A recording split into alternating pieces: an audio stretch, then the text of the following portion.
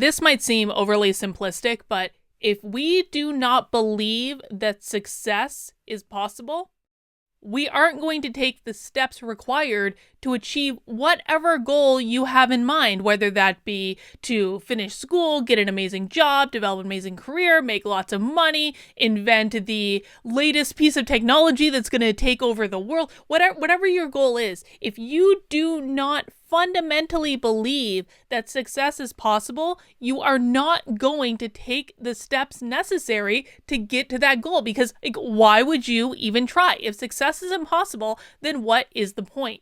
And that to me is one of the things that is so insidious about critical race theory, is it is teaching a generation of Black children that their success is not possible within the system that exists today. So James Lindsay just retweeted this thread, and it led me to an article that I want to take a look at, but let's just get these tweets right up at the top because they really summarize the entire basis of this argument.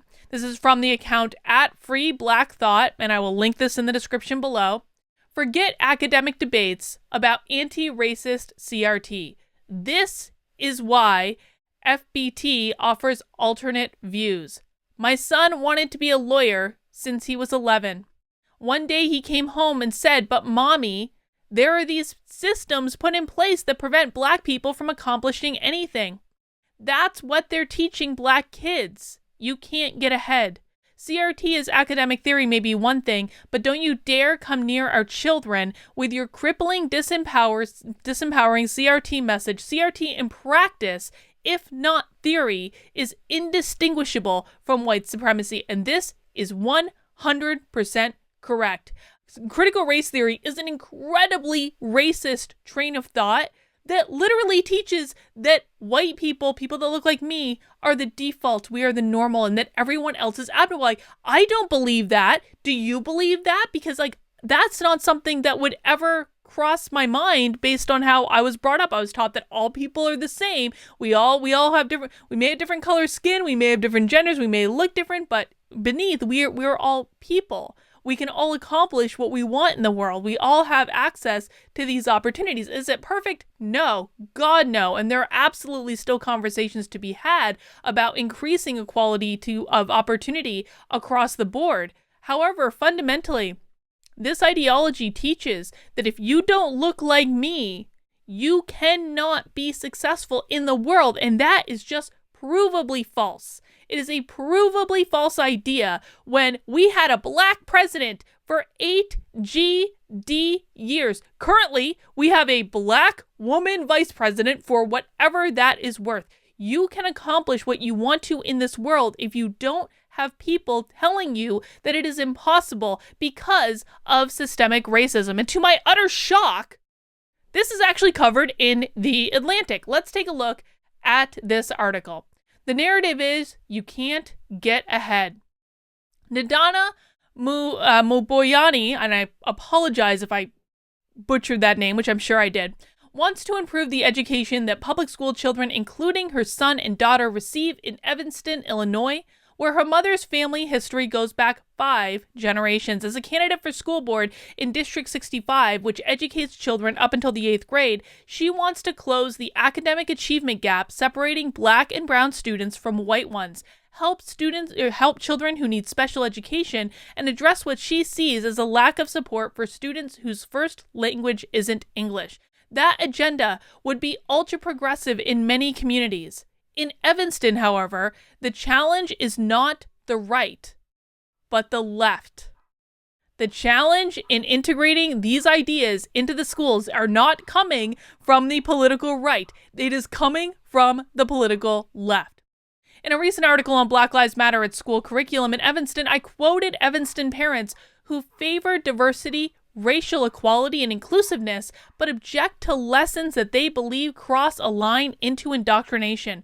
All of the parents I interviewed would be quoted only anonymously out of fear that they would be harassed online or even lose their jobs. And we now know that this fear is not unfounded because teachers in Fairfax County, Virginia, are very literally making lists of parents to target when those parents are fighting back against anti-racism and critical race theory being taught in the schools. Maboyani, 44, a member of the NAACP Evanston North Shore branch, shares their concerns about the curriculum and is now among the most outspoken critics. She attributes her willingness to talk openly to the fact that she is self-employed. And yet every single person who is self-employed, I'm sorry, if you are in a position to speak up about this nonsense, you have got to start speaking up. I know that not everyone is in a position to. Some people it will be very, very costly. But if you are in a position, that was why is all that much more important that you speak up when you are able to. A business consultant and translator, she attended public schools in Evanston as a child and then moved away. When she returned with her children of her own in 2018, she anticipated that they would receive the empowering, racially inclusive education she remembers. Are you telling me that before all of this anti-racist nonsense, that she received an empowering and racially inclusive education? Funny how that works. Instead, she was confronted with a curriculum she deemed disempowering, divisive, and ill-suited to helping children of color succeed in school. So she's asked, how does that change? I grew up in the 5th Ward, a predominantly black neighborhood. My mom is African American and very Afrocentric. We had black dolls. We had books about Africa. We had all of this imagery that was a positive reinforcement for who we were. We did have white friends, but to be honest, our life didn't revolve around white people. We had a kind of cushion of black comfort, so to speak, where we were allowed to be children, and whatever prejudices might have existed, we weren't aware of them. I had a very good childhood. One teacher, who is not white, thought in the 1st grade that I needed to be in special education because I was active and talked a lot. In the 3rd grade, my teacher couldn't pronounce my name. But those were the only issues that I remember. Evanston, to me, was almost a utopia, which is why I told my children while we were living outside of Toronto, we're going back to the States. Let's move to Evanston. I gave my children and my husband, who grew up in the Democratic Republic of the Congo, this idea that this would be a place of both black unity and people working together across color lines. But when we got here in 2018, within the first year, my children were being taught about white supremacy and white privilege, and that all white people were rich and racist. My son and daughter came home like, what is this? You know, a lot of times when people push back against critical race theory in the schools, they're instantly greeted with accusations of, you're a racist and you believe in white supremacy and all of these things. And yet here we have a black family that's like, I don't want my kids being taught that all white people are racist and rich and bad. And I don't want them being taught that they don't have opportunities because of systemic racism. That's not what we signed up for. What was the problem with these lessons beyond your children not liking them? My children have always been so proud of who they are, and then all of a sudden they started to question themselves because of what they were taught after arriving here. My son has wanted to be a lawyer since he was 11. Then one day he came home and told me, but mommy, these are the systems put in place that prevent black people from accomplishing anything. That's what they're teaching black kids. That all of this time for the past 400 years, this is what white people have done to you and your people. The narrative is you can't get ahead. And this is happening when he's 11, but I'm sorry, schools are now integrating this curriculum. I did an article yesterday on Rockfin that was about these ideas being integrated in pre-K. Pre-K. That's under 5 years old. Anything you teach children before the time they turn 8 or 9 years old, that is almost impossible to unteach them later in life because of how the brain forms and our worldview by the time that we're 8 and 9 years old, it pretty much solidifies. And so unless people make a very active effort to change after that time, it does a number on you. Talk about unconscious bias. If you are taught by your teachers in elementary school that the world is against you, that systemic racism exists, that you can never get ahead, you can never achieve what you want in the world because of all these evil racist white people, That gets in there. Talk about unconscious bias. That's not only bias against white people, which is actually not the biggest problem here. The biggest problem is believing that no matter how much effort you put in or how hard you work or how much networking you do or where you go to school or what you study or what you build or anything else, the problem is that people believing that they can't get ahead in the world. Because then they're never going to try. If he really wants to be a lawyer, he's going to have to go to college. He's going to have to go to law school. He's going to have to work really hard once he gets out into the world, either by building his own practice or by joining a different practice, which is all going to be a metric ton of hours of work, and nothing is going to be handed to him. But what if he believes at this young age that it's not even possible? Like, why would I even bother try? They're not going to have a black partner at a law firm because they're all white and evil and rich and racist and all of these things. Why would I even bother putting all that work in? The answer is you wouldn't. If you truly believe that the world is working against you, you wouldn't put all that work in because it would be a colossal waste of time. This is very literally what these children are being taught, and that is criminal. That is child abuse. Of course, I want my children to know about slavery and Jim Crow, but I want it to be balanced out with the rest of the truth. They're not taught about black people who accomplished things in spite of white supremacy, or about the black people today who got ahead, built things, achieved things, and those are the opportunities that their ancestors fought for. And this, my God, the fact that they are only learning that the world is set up against black people, and they're not learning about the accomplishments of the people of that time and why we've been able to make so much progress. That's criminal. Tell me more about the narrative you want to challenge. One day, my daughter told me she was taught that all white people are privileged and part of a system of white supremacy. My son said the same thing. So I reached out to my daughter's teacher to find out exactly what was being taught. It was pretty much like she said, that all white people were part of the system of white supremacy and that all white people, because of the color of their skin, had privilege. I said, but that's not true. And the teacher said, well, what do you mean? I traveled a lot. My father was a university professor and taught in the United States and Paris. And when I visited, I saw white people in public housing. I've been to Belgium and Switzerland and have seen very poor white people. I visited other parts of Europe. I lived in Canada for 10 years. There are poor white people in Canada as well.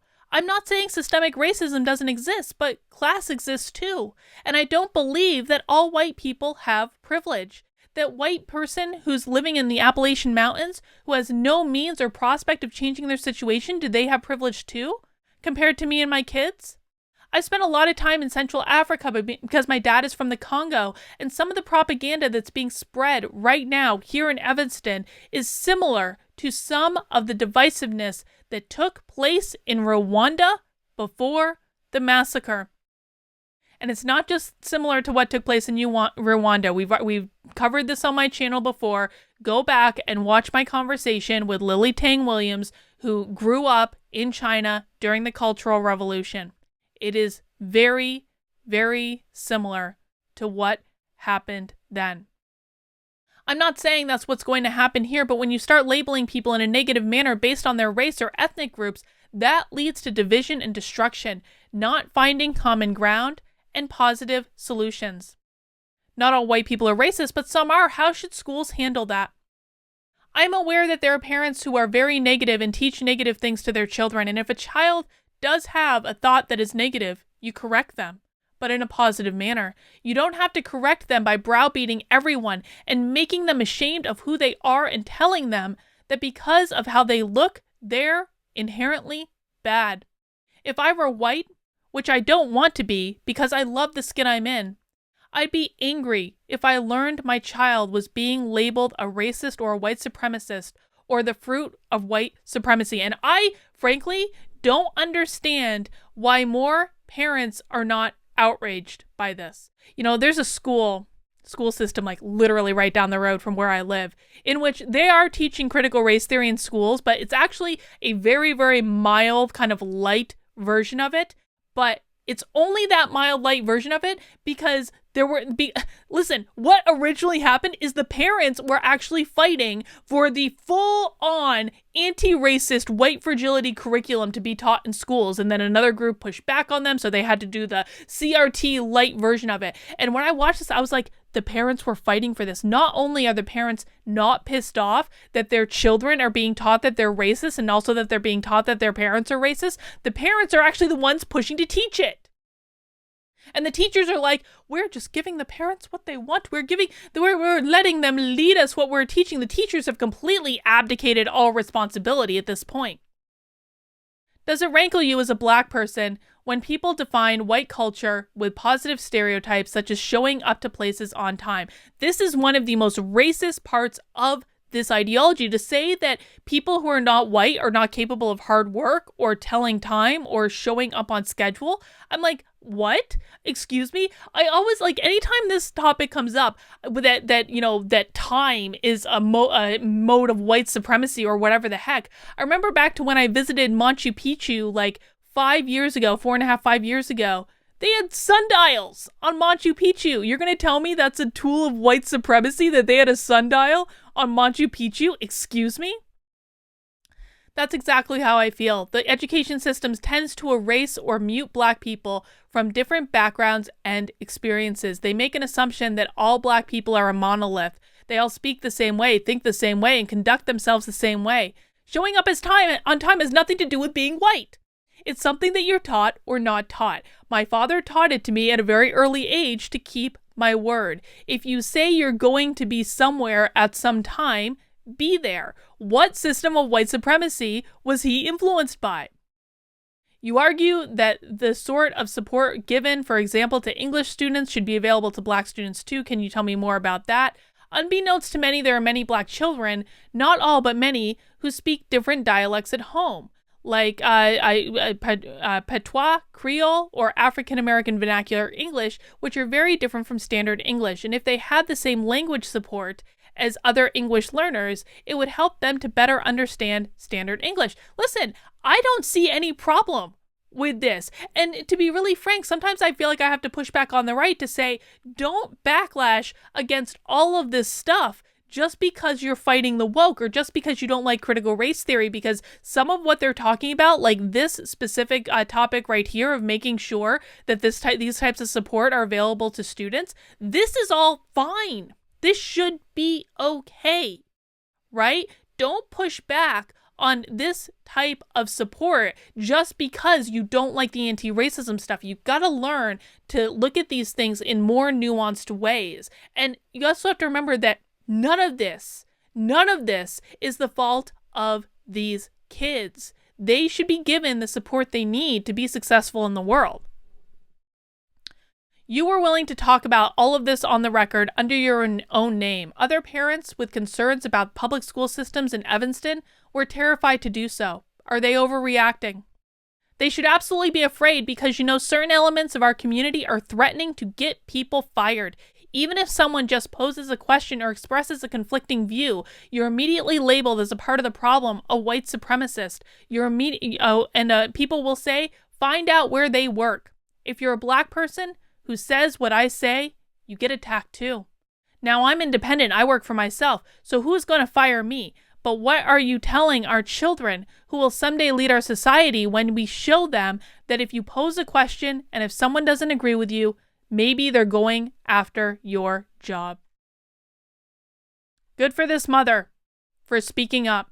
Good for this mother. And she's absolutely right. When I testified for HB 544 in New Hampshire, there was one state representative who was questioning why, because the original reason that HB 544, which is the bill effectively to ban critical race theory from state governments and state institutions, why that originally got introduced is there was a faculty member at a university who had this stuff forced upon them, and they reached out to their representative to fight back against it. Now, this person is afraid of losing their job, so they can't speak up, which is part of why I kind of stepped into the situation and started to make noise about it, because I am in a position to speak up, right? That person is not. I am.